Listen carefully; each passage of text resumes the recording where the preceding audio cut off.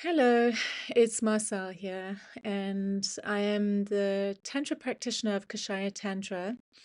And I've been working with men for a very long time, men and women, exploring Tantra, the consciousness, as well as Tantric lovemaking and the paths of healing as well as expansion connected to that. And I recently had a friend approach me and asked a good number of questions, which I've decided to create a mix of videos around. So, if this is helpful for you and you feel that you have questions to ask, feel free to leave one of your questions in the comments box, and I'll be happy to get back to them. It allows me to create more content as well as answer your questions. All right, so the question for today is, what connection does tantric sex have to do with the polarities of masculine and feminine? So it's actually, there's having sex, and then there's the tantric way of lovemaking. And in order for the tantric way of lovemaking to really work, it means that we're both embodying our gender. And but we're exploring both aspects of it. So, for a man to come into a healthier place with his masculinity, in order to really meet the feminine, he needs to embody more of that feminine quality. Just as a woman, in order for a woman to come into a healthier place with her femininity, it's really important for her to explore more of what that masculine quality is about. So there are two aspects to this masculine feminine quality, and in Tantra, um, they're not just about gender. In a way, they're cosmic principles. So the masculine quality is the Shiva consciousness, which is stillness and awareness and emptiness. It's the witnessing presence. It's the consciousness. It's the man that can hold space um, for a woman and her craziness, so to speak, when she's going through something. And when I say a woman's craziness, I don't mean that as an insult. And so now we move on to the feminine quality, which is the Shakti energy. And this is about movement and energy and creation and sensuality. It's the pulse of life, but it has potentially got a chaotic quality to it because we can't contain it. It builds in its own time. It has its own meaning, and it's not something like the masculine quality, which is about a single pointed focus. It is a penetration. It is a direction. It is more mentally orientated. It's about having a structure or a system to things, whereas the feminine quality is it's an unfolding, and sometimes that can come across as quite chaotic. So it's these two poles, and they're not opposites in a fight. They are polarities that complement one another, like night and day, or inhalation and exhalation.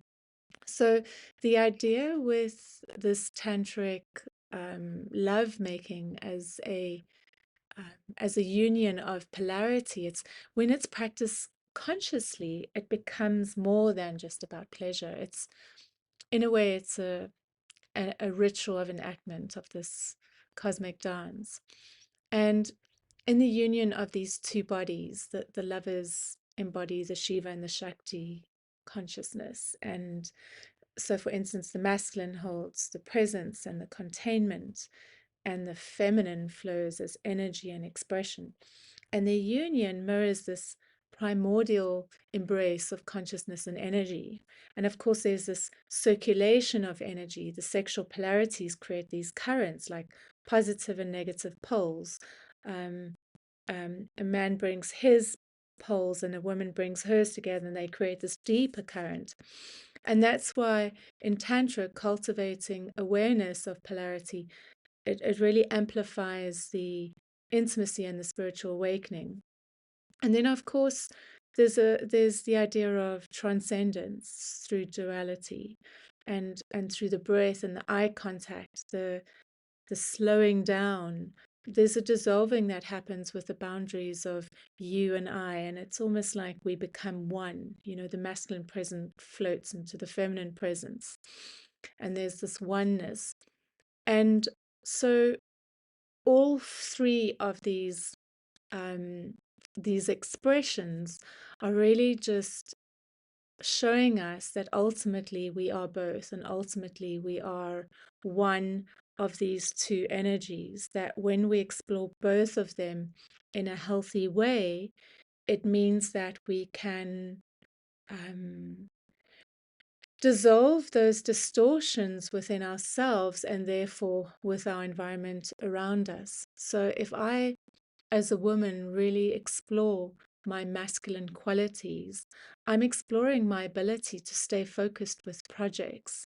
I'm exploring my ability to have clear, rational conversations when I'm engaging with a man.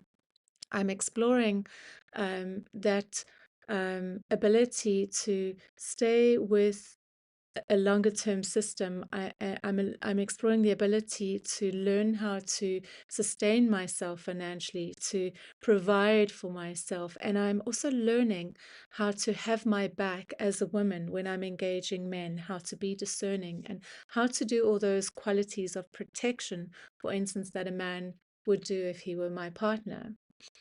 Equally, for a man, it's about really exploring those feminine qualities within himself.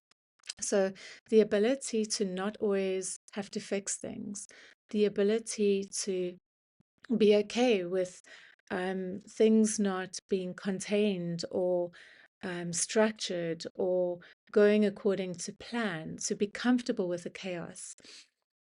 Being receptive is a big quality for men to learn, and a difficult one for men to learn. They're the doers. They always have to be involved in making things happen or fixing things. And so to be able to become more receptive and sit back and allow things to unfold, or to sit with the feeling behind it without having the answers, these are some of the qualities that men are needing to learn more of, that are not easy because it means relinquishing control. So once both parties can start doing more of this, me as a woman, I'm not demanding these qualities from my man, and you as a man are not demanding these qualities from me as a woman, or trying to hold control, and therefore you're not able to see me or hear me because you don't see the feminine quality within yourself that is asking for space, that is asking for time, to pause, to not have all the answers. So when men start meeting these qualities within themselves and on both sides, the interface that we're attracting into our lives starts changing. And it means that we can start having deeper, more intimate experiences with the other. So the tantric lovemaking is bringing those two poles together, and therefore it's really important that both embody the essence of their gender. Um, so I'm not saying that you're a man, therefore you must run the show, or I'm a woman and therefore I must lie back and receive their experience. But it can't be both parties trying to control the situation. There needs to be a giver and a receiver, and that changes, obviously, it's a dance, but that polarity is really, really important in order for there to be that pull that brings that attraction, that chemistry together. Another interesting thing to consider from a more energetic perspective, we have what is known as the Ida and the Pingala channels that run through the body. Within our energy systems within the body, we have the central channel, which is called the Sushumna. The chakric system is connected to that.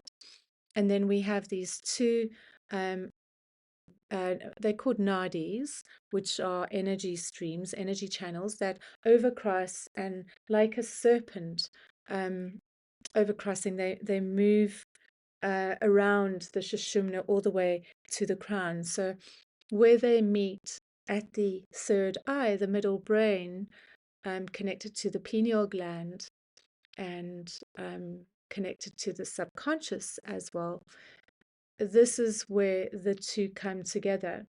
So this dance with our own lives is really learning to embrace the meeting of these two energies within ourselves. And this is um, one of the energies that awaken this energetic dance that happens in us. And it's not easy. So with Tantra, we are activating the Kundalini energy. We want to move it up because the more it moves up, the more it opens us up to more of who we are. It's a very powerful process. And the next step is, or alongside that, it's for these two polarized energies to start activating within us, that we are operating um, in our worlds in a healthier way with these two energies. So again, it's the ability to take action where needed, but it's not taking action from the mind. It's taking action from a place where it feels like a yes. It's the difference between I must do something because it's how I've been conditioned or it's what society expects versus I want to do something because it's what feels right for me. So people that have done the work start connecting to that deeper embodiment within themselves where that yes starts coming through. And that is what guides them in the world to then take action. So it's that feminine quality, that notion that comes through, and then they can take action versus forcing their way through life through the mind. And so that is the work, is to gently start softening and dissolving those parts of us that want to control everything, when instead we should be listening or surrendering or softening and responding from that. So this is quite deep, but hopefully this does shed some light on that, and maybe there'll be some more questions that come from this. And if you are still here listening, um, feel free to ask questions and let me know if there's anything that you're confused about. Otherwise, thank you for listening, and keep your eyes posted for more videos and more content coming. Bye for now.